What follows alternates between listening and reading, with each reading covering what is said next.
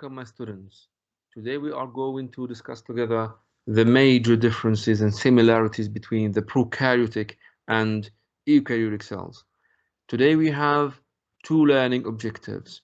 Number one, by the end of this lesson, you have to be able to compare and contrast the general characteristics of prokaryotic and eukaryotic cells and contrasting between plant and animal cell. And also, you have to be able to describe three functions.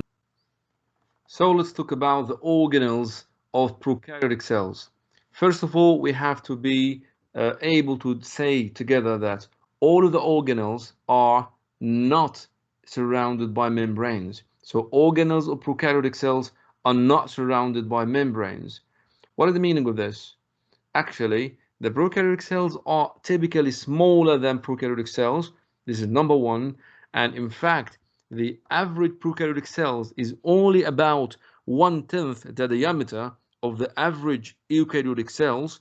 And also the term prokaryotic meaning before the nucleus. Pro means first, come from the Latin word protus. Karyot means nucleus. That is referring to the major difference between prokaryotic and eukaryotic cells. Other types of internal membrane enclosed or membrane bounded organelles are also absent in the prokaryotic cells. So, in addition to this, we can say that the prokaryotic cells, the DNA is typically scattered in the cytoplasm. It is found in a limited region where it's known as nuclear area or nucleode. The nuclear area is the region of prokaryotic cell that contains DNA. Of course, it's not enclosed to a membrane. So, if you are looking here for this diagram, this place at which the DNA is being resident is known as nuclear area. So, this is number one. Unlike the nucleus of eukaryotic cells, the nuclear area is not covered or it's not enclosed or it's not bounded by a membrane. Like eukaryotic cells, the prokaryotic cells have a plasma membrane that surrounds the cell. So this is common. It's found in both pro and eukaryotic cells. The plasma membrane confines the contents of the cell to an internal compartment. In some prokaryotic cells, the plasma membrane may be folded inward in order to form a complex of membranes along which a lot of the cell metabolic reactions take place. Most prokaryotic cells have cell walls, which are extracellular structures that enclose the entire cell, including surely the plasma membrane. So we have the DNA that is located in a nucleoid or a nuclear area, and there is no membrane bounded or membrane enclosed internal organelles or compartments, and most have cell walls outside the plasma membrane. Not only this, but bacteria and archaea are considered prokaryotic cells. Actually and literally and simply, we can say that bacteria and archaea are the only prokaryotic cells, but all other known organisms consist of one or more eukaryotic cells. So, many prokaryotes have flagella. The flagella play a very important role for the movement. Flagella is the plural, singular is flagellum. Flagellum is a long fiber that project, extend, protruded from the surface of the cell. This is the flagellum. This is the flagellum. So, this is the second structure that is found in the prokaryotic cells. The prokaryotic flagella, which operate like the propellers that are important in the locomotion of the movement, this structure is totally different from that of the flagella found in the eukaryotic cells. Some prokaryotes also have hair-like projections that are called fimbriae or pilae, which are used to adhere to one another or to attach to cell surfaces of other organisms. Those are the fimbriae or the pilae. Pilae is plural singular is pilus.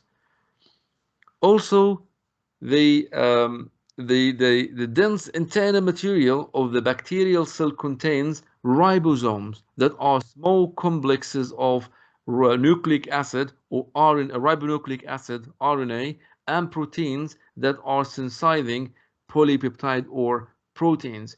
Those small dots are representing the ribosomes, ribosome responsible for the production of proteins.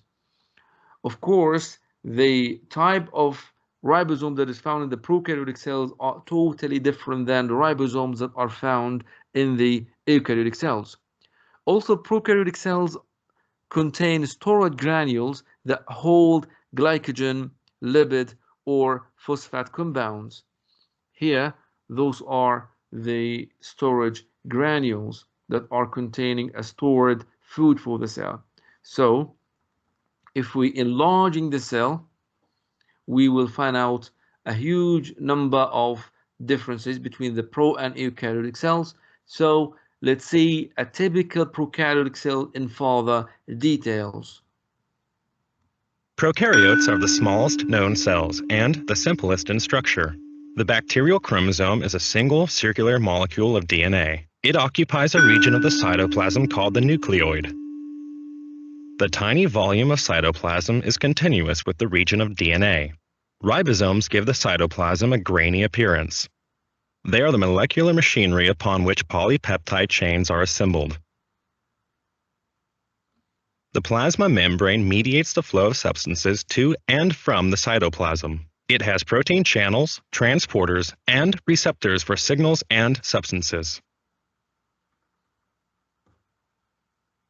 Most bacteria have a semi-rigid or rigid cell wall that surrounds the plasma membrane, supports the cell, and imparts shape to it. A thick, protective capsule of jelly-like polysaccharide is the outermost layer of many bacteria. Pili are protein filaments that help cells attach to various surfaces and to one another. Bacterial flagella allow some prokaryotic cells to move about in a fluid environment. If we talk about the general features of the prokaryotic cells, as we just mentioned, if we take it from inside to outside, from inward to outward, firstly here we have the DNA or the nucleic material. Of course, it's not have a membrane bound, so it is found in a place which is known as a nucleoid or nuclear area. And here we have the cytoplasm, and in the cytoplasm there are ribosomes that are responsible for the production of proteins. Here we have a storage granules that store in the food, and here we have the cell membrane or the cell surface membrane or the plasma membrane. All of them are the same. This is limiting the cell contents. And then we have the cell wall that having all of those components of the cell included the plasma membrane. And to the exterior or externally, we have the capsule.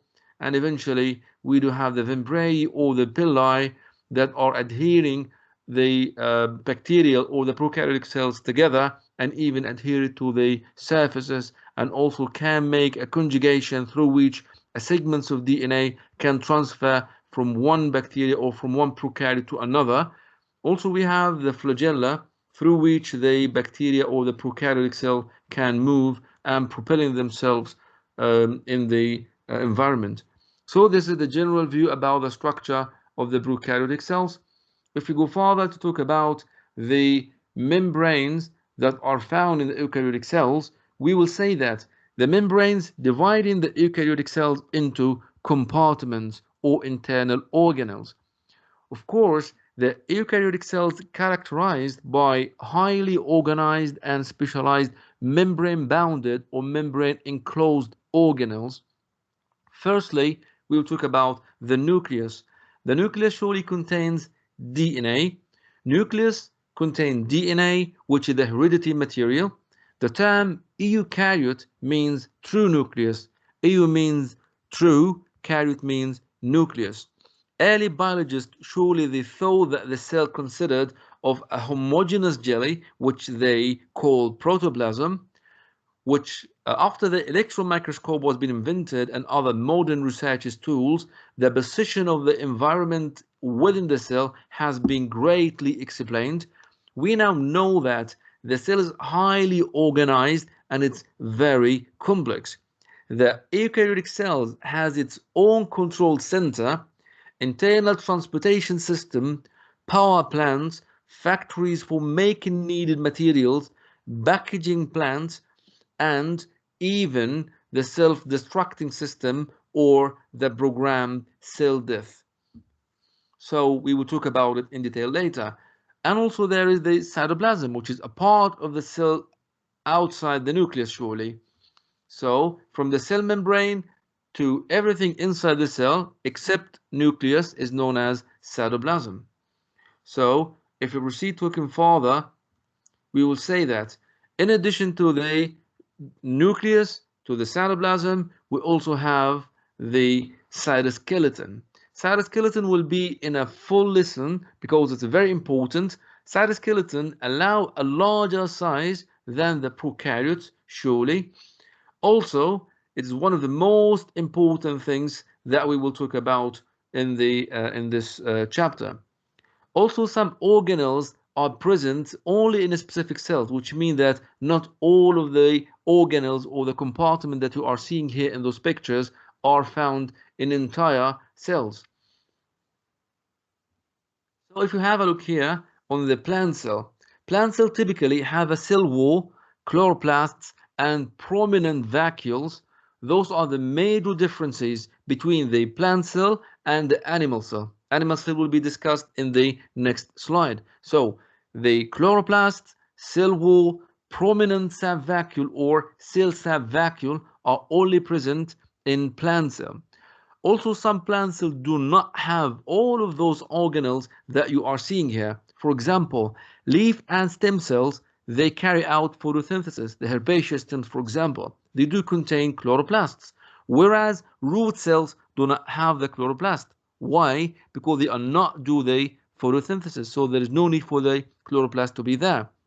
Many of the organelles, such as nucleus, mitochondria, and endoplasmic reticulum, are even the most characteristics of all of the eukaryotic cells, whether it is plant or animal. So if we are talking here about the plant cell, we can see here the nucleus. There is a whole lesson that will fully cover the nucleus. Here we have the ribosomes. Ribosomes may be free in the cytoplasm or it may be bounded to the endoplasmic reticulum. This is the endoplasmic reticulum. It's been referred to as ER. It may be rough due to the presence or the attachment of ribosome, or it may be smooth ER, which means that it is ribosome free. It do not have attached ribosome. Also here we have the vacuole or the cell subvacuole, one of the largest compartments of the plant cell and is only found in the plant cell. And also the things that are found in only plant cell are the subvacuole, the chloroplast, the cell wall, and the plasmodesmata. Also, the rest are found in both animal and plant cell, such like the mitochondrion, the Golgi apparatus, the endoplasmic reticulum. All of those are found, the cell membrane surely, all of those are found in both plant and animal cell. So if you have a closer look about the animal cell, rather than those things that are not found here, which are, yes, cell wall, plasmodesmata, the vacuole or the subvacuole, and the chloroplast. The rest are there. We have nucleus, we have rough endoplasmic reticulum, smooth endoplasmic reticulum, mitochondrion, ribosomes may be bounded or even free in the cytoplasm, Golgi apparatus, those are found in both. And here we have one unique thing that is only found in the animal cell, which is the centrioles. Regarding the microtubules and the rest of the cytoskeleton, will be covered in a whole lesson later. So after this, we have a tour that will deeply talking about every single thing, especially in the animal cell, talking about the anatomy or the general anatomy of the cell, it will be in this welcoming video. So please pay attention in this very comprehensive and fully illustrated tour on an animal cell. All living organisms are composed of one or more cells. Your own body is composed of tens of trillions of cells, such as these live skin cells. Let's zoom in on one of these animal cells for a closer look at the amazing world of cell structures. Extracellular matrix, or ECM. As we approach a single cell, we see it is surrounded by an extracellular matrix, or ECM. The ECM consists of carbohydrates and protein fibers and functions primarily for protection and support. Plasma membrane. Below the ECM, we encounter the plasma membrane that separates the parts of the cell outside the nucleus, called cytoplasm, from the cell's outer environment. The plasma membrane closely regulates what enters and leaves the cell. The plasma membrane consists of a fluid phospholipid bilayer embedded with proteins. Transport proteins move substances across the membrane, as shown here. The fluid state of the membrane allows lipids and proteins to move laterally, and sometimes even flip-flop. Cytoskeleton. Look at the vast cytoskeleton, a complex network of protein filaments and tubules that extend throughout the cytoplasm of the cell. It supports cellular movement and structure, as well as transport within the cell. Two major components, microtubules and microfilaments, are shown here. In animals, microtubules sometimes form a spindle apparatus, which plays an important role in separating duplicate chromosomes when cells divide. The nucleus. Let's now move to the control center of the cell, the nucleus. The nucleus is separated from the cytoplasm by the nuclear envelope, a double membrane with numerous pores. Let's dive into the nucleus through a pore. Inside the nucleus is genetic material called DNA, which combines with stabilizing proteins to form chromosomes. When a cell is dividing, the chromosomes are highly coiled into short, thick, rod-like structures. DNA stores the instructions for making most cell proteins, as well as specialized RNA molecules.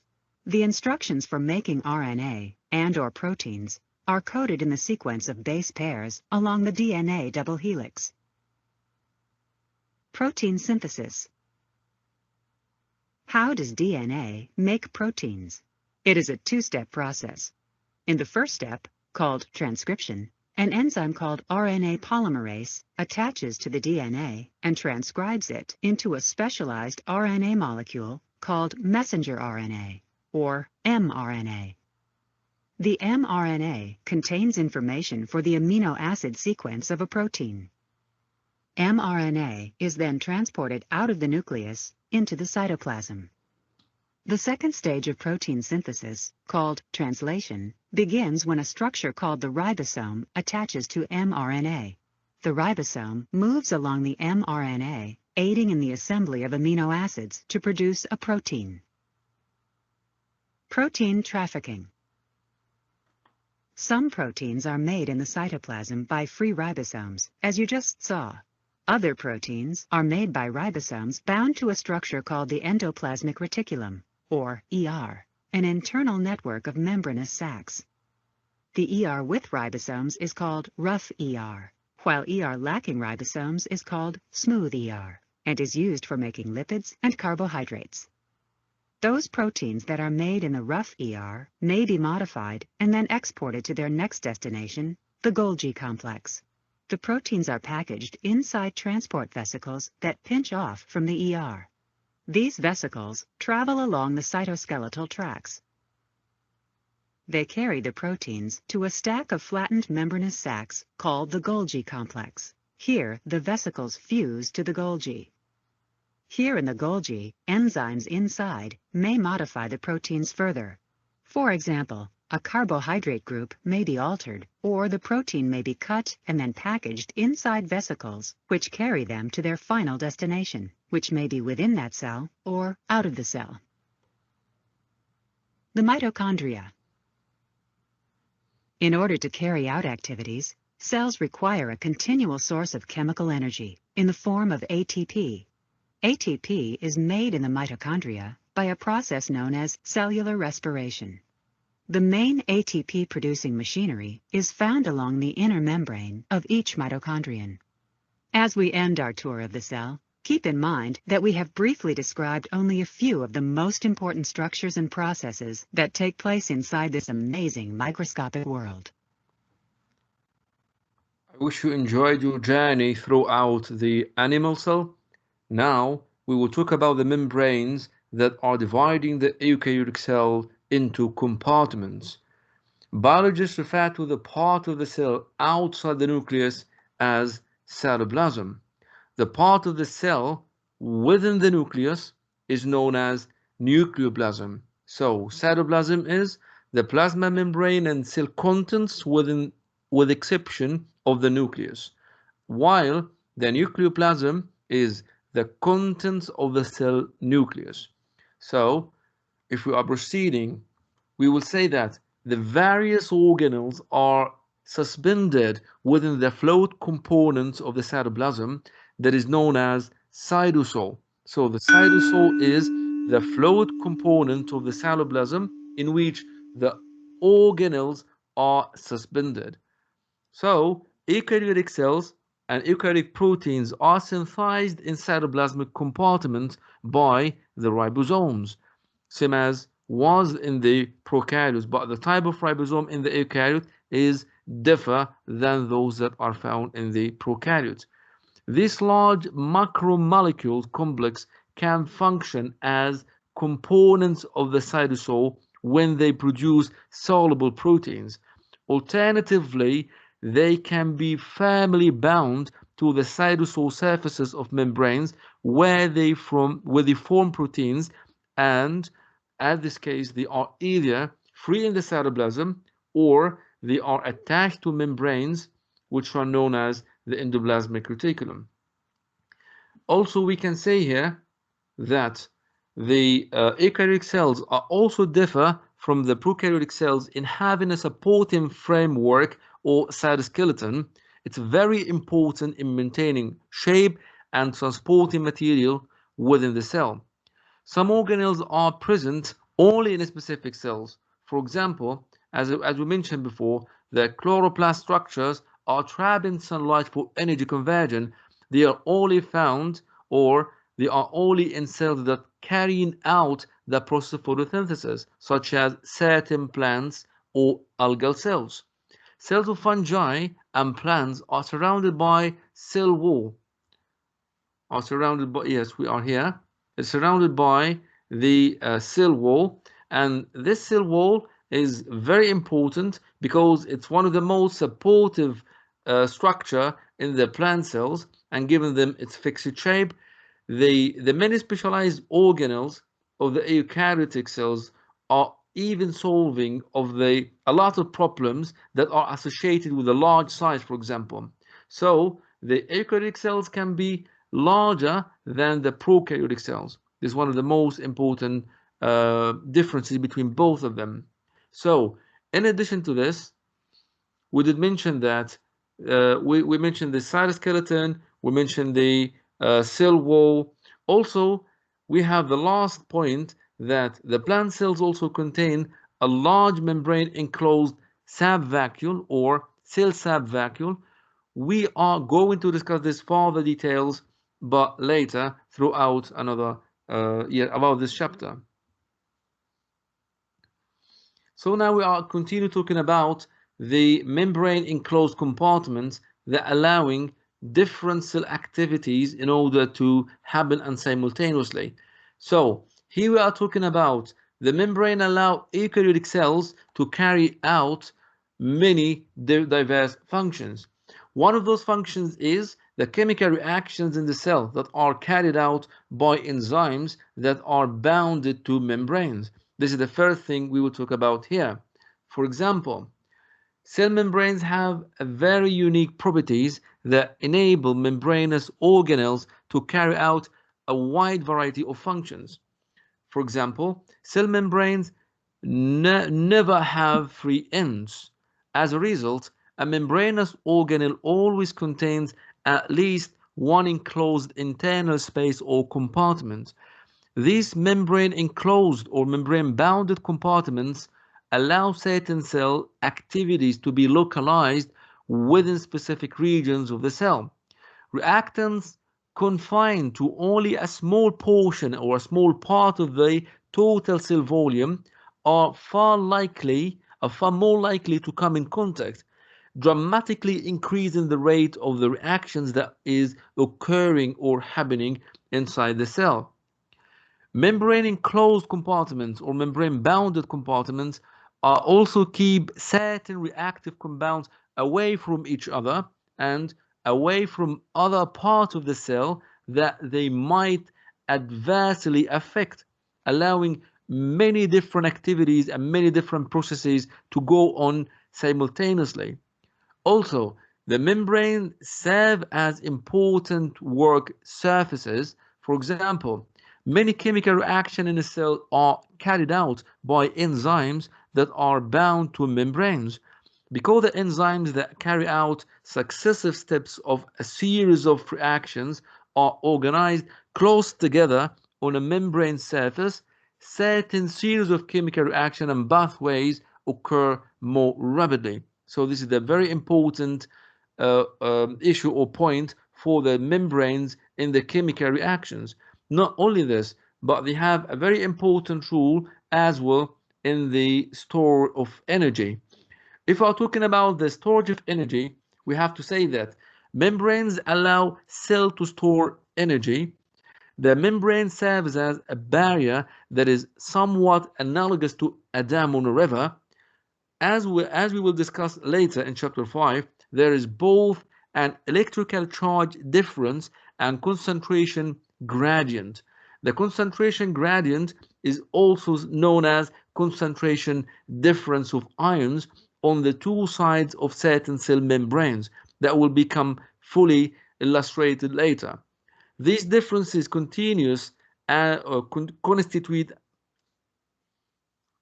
these differences constitute an electrochemical gradient. Such gradients store energy and so have potential energy. We will cover this fully in chapter number 7 later. Also, as particles of a substance move across the membrane from the side of the higher concentration to the side of lower concentration, of course, along or down concentration gradient, the cell can convert some of these potential energy or potential energy carriers, such like ATP. ATP is referred to adenosine triphosphate. It will be fully covered in chapter 7, 8, and 9. And you have to know that the ATP is the universal energy carrier that all of the cells are adopting, and all of cell can store energy in this form. It is the basic mechanism that cell use in order to capture and in order to convert the energy that is necessary for sustaining life. So it was the general look about the eukaryotic and prokaryotic cells, and I did finish the illustration now. So let's go for a very quick questions. Question number 1. What features do prokaryotic and eukaryotic cells have in common? Think about the question. Number 1, both of them do contain DNA. Both of them have cell membranes. Both of them synthesize protein. So those are the things that are common between both of the pro and eukaryotes. Next question. Question number 2. What are 3 ways that a plant cell might differ from an animal cell? Surely we did mention that the plant cell do contain cell walls, chloroplasts, vacuoles, and plasmodesmata, while animal cells do not have. On contrast, animal cells do contain centrioles, while plant cells do not have them. Question number 3. In what part or in what ways do membrane-enclosed organelles facilitate cell metabolism? Think about the question. Try to find out the answer. Surely the membrane-bounded organelles or the membrane-enclosed organelles provide cellular compartments within a very unique chemical environments for the specialized functions, metabolic reactions, and chemical pathways. This is the answer. The membrane-enclosed organelles providing cellular compartments within unique chemical environments for specialized functions and life processes. We finish our lesson for today, welcoming you inshallah next time for the next lesson. Till this time, wishing all of you to stay safe and stay blessed. Assalamu alaikum wa rahmatullahi wa barakatuh.